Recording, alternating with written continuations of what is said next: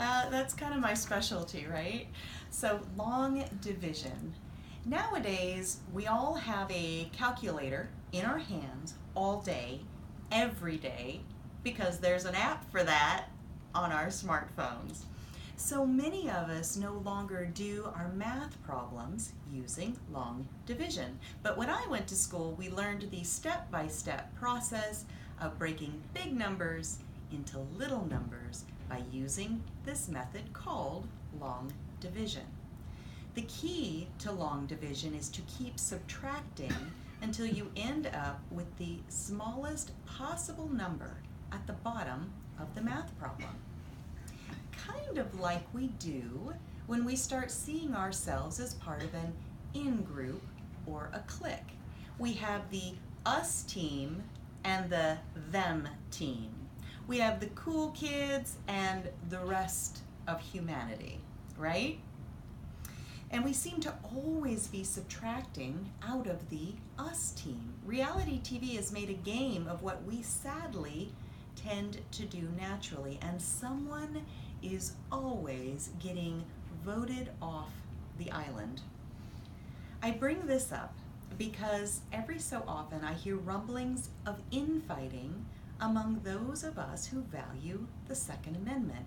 Now, one would think that our collective focus and energy would be on dealing with the never-ending onslaught of nonsense of the rights restrictors who want all of us to live under the thumb of big government and have their hands clasped firmly over our mouths.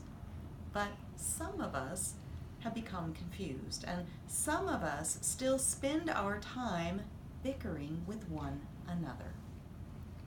One pro-rights group says that their methods are superior to another pro-rights organization's, and then the rest of us have to decide whose team or clique we're going to be in, which is bad enough for those of us who are passionate and committed to protecting and preserving our constitutional rights, but it is impossible for anyone who is new to the idea and trying to take up those values to navigate our infighting. And so they won't. And we will keep doing that long division and keep subtracting from our big numbers until we end up with the smallest possible number of people and supporters. I recently have been on a George Washington kick. I am midway through the book, George Washington's Farewell Address. I have just started reading Bill O'Reilly's book titled Killing England, about the Revolutionary War, and Danny and I are binge watching a Netflix show called Turn, Washington Spies. And if history shows us anything, it is that people are people everywhere you go and in all times of history. George Washington had easily as many critics throwing hateful rhetoric at him as our current president does. Washington had people close to him who were backstabbers, gossipers, and who worked against his success. There's a scene in the show, Turn, and it's anyone's guess how historically accurate the scene is, but it is in line with Washington's character and vision for the future. One of the people loyal to Washington is trying to expose some of Washington's rivals, but while Washington is fully aware of exactly who is working against him, he realizes that to expose and to make public the infighting, while it might feel temporarily satisfying, ultimately the shared goals of freeing our nation is where his energies must remain.